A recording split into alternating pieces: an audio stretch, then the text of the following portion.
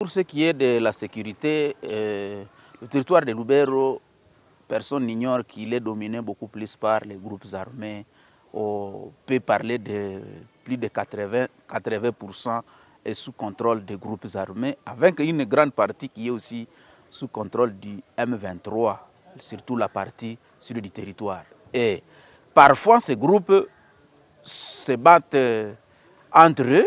pour créer toujours de l'insécurité, même dans les zones où les M23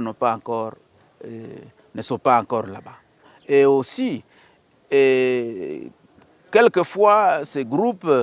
le M23 attaque les groupes armés ou les Wazalendo, ou même les Wazalendo attaquent le M23, et c'est là à violation quelquefois de cesser le fait que les FARDC observent totalement et la population se pose toujours des questions en disant est-ce que le gouvernement n'est pas en train de voir comment la population est en train de souffrir dans les sites d'accueil, dans les familles d'accueil, et tout ce temps que la population est en train de réaliser ça, beaucoup de moyens, est-ce que vraiment le gouvernement n'est pas en train de sentir que cela serait dans ses responsabilités? Cela m'amène à parler directement de la situation, la situation humanitaire qui est totalement compliquée dans la zone, avec des milieux où les populations qui sont venues de Rutshuru et des populations qui sont venues de l'axe sud ne se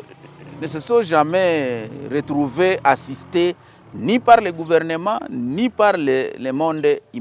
humanitaire. Là, je voudrais parler de l'axe de la côte ouest du lac Édouard, où beaucoup se concentrent, mais inaccessible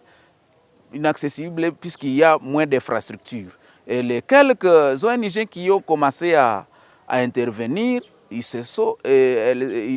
arrêtés jusque-là au niveau de Kimbulu, et il n'y a pas encore d'assistance comme telle à Kichumbiro, Lubango et dans d'autres zones où la population se concentre. Et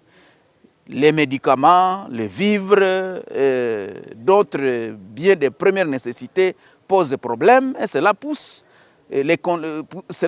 populations qui se sont orientées vers le nord de commencer encore à rejoindre la zone opérationnelle, malgré tout ce qui est là comme risque de